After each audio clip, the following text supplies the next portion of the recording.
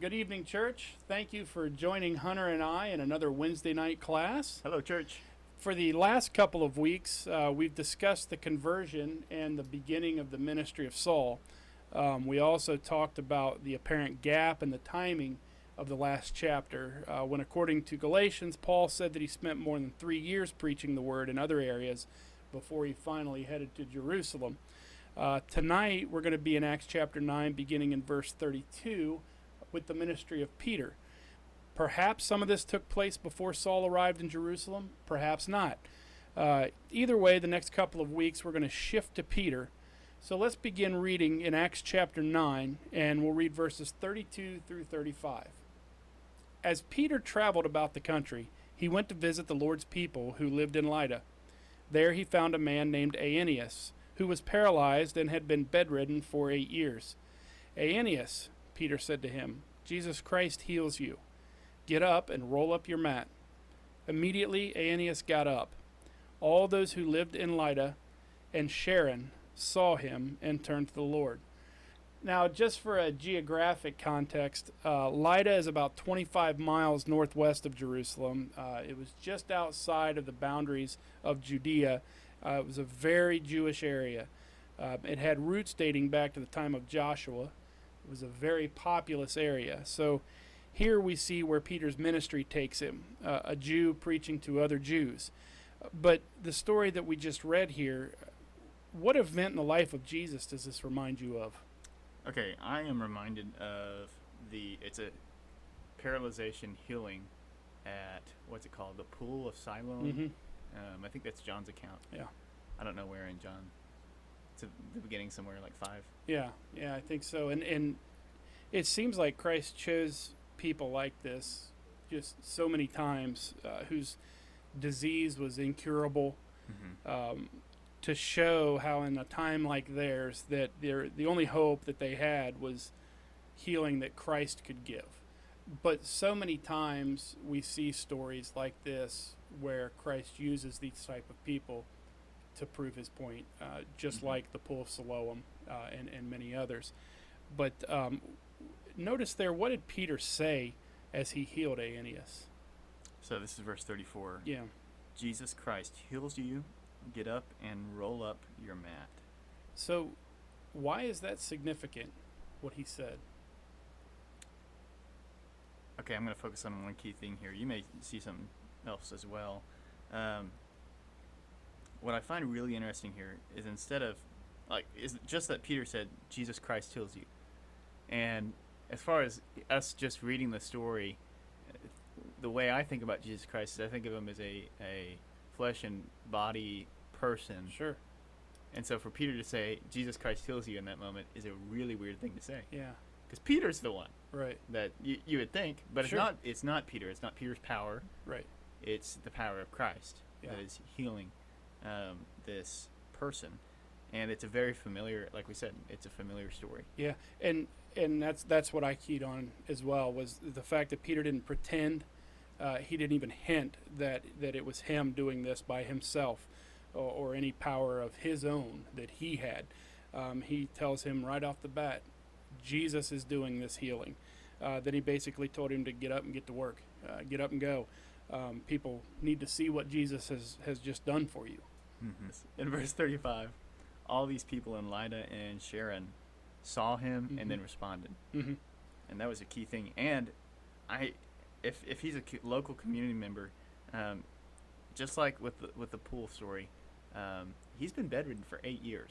So if anybody knows this guy, they know he's been paralyzed. So they know something miraculous has happened. And it's another one of those stories where the timing and the plan is perfect. Healing this guy is going to get the word out about what's going on very quickly, and make a big impact, because as you said, 8 years this guy's been bedridden, and they all know that. Now they see him up and around. What happened? Let me tell you how it happened. And now it becomes it gets out there very quickly. So let's continue reading in verses 36 through 38 of Acts chapter 9. In Joppa there was a disciple named Tabitha. In Greek her name is Dorcas. She was always doing good and helping the poor. About that time she became sick and died, and her body was washed and placed in an upstairs room.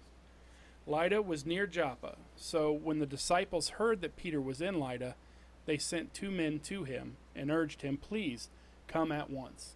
So, what do we know here about Tabitha or Dorcas? Well, we know she lived in Joppa. Does that sound familiar to you? Joppa? Do you remember Joppa? Jonah. Jonah. That's Yeah. where Jonah was based out of. We know that she had some means, not suggesting that she was very well to do, but she was able to help the poor. In fact, we see later that some of the widows that had been recipients of her charity were there mourning her with the things that she had brought them.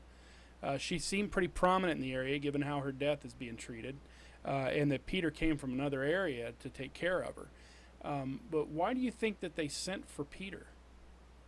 Man, there could be a couple of reasons. It could be, okay, we know what happened in that situation between Peter and the paralyzed man.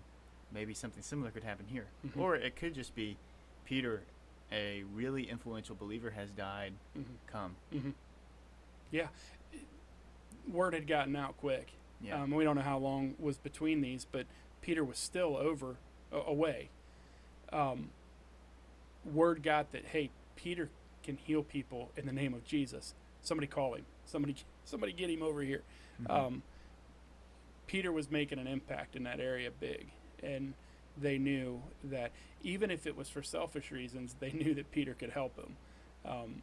Peter turns it into not selfish reasons, turns it into a gospel moment. Yeah. But very, very cool. So let's read a couple of more verses and find out what happens here. Acts chapter 9, 39 through 40. Peter went with them, and when he arrived, he was taken upstairs to the room. All the widows stood around him, crying and showing him the robes and other clothing that Dorcas had made while she was still with them.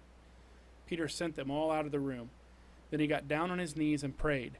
Turning toward the dead woman, he said, "Tabitha, get up." She opened her eyes, and seeing Peter, she sat up.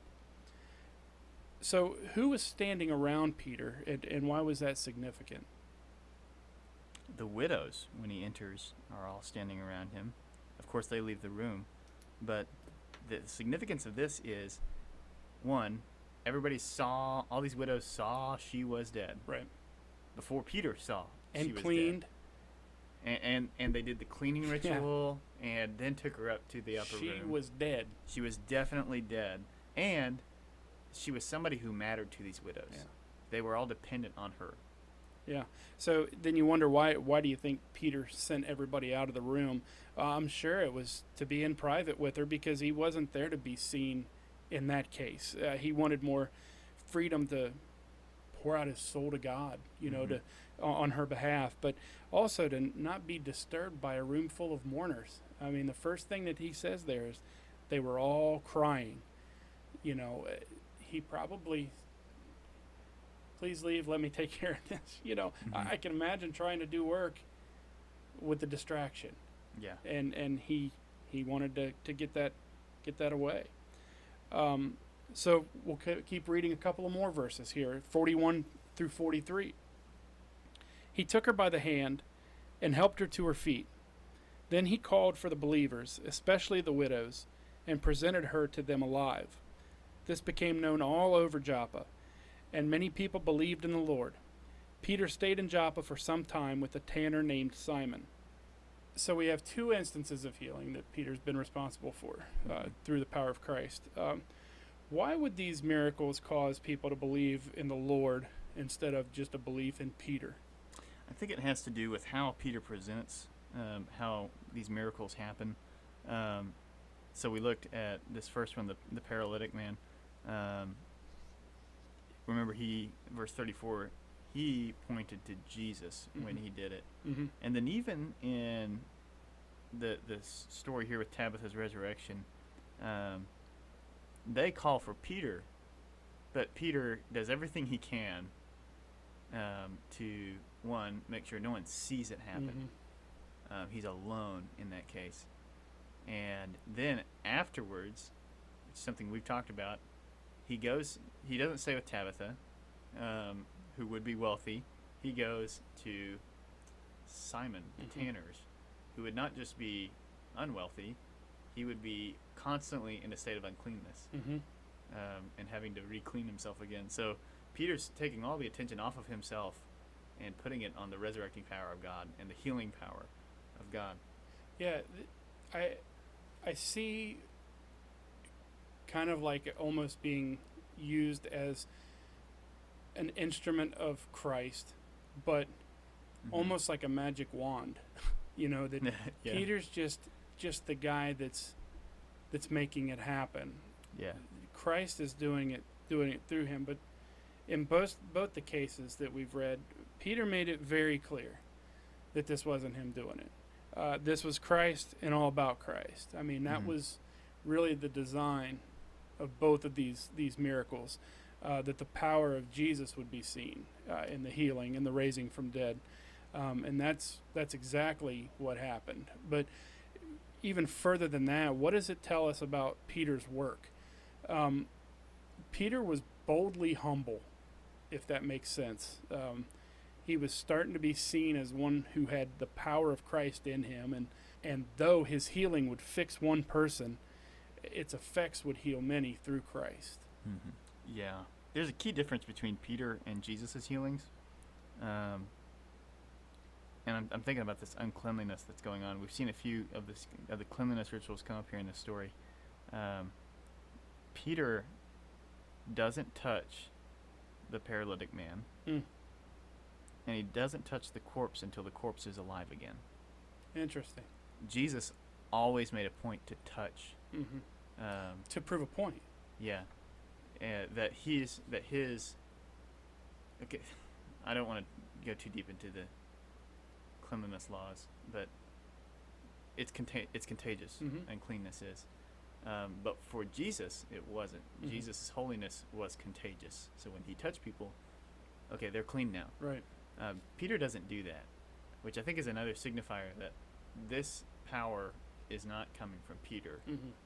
It's coming from Christ. So instead, Peter says, he instructs, get up. Hmm. And then he'll help Tabitha. Sure. Well, next week we'll discuss another major moment in the early church with another first type of conversion. We thank you for joining us. Church, God loves you. I love you. Mike loves you. Have a great week.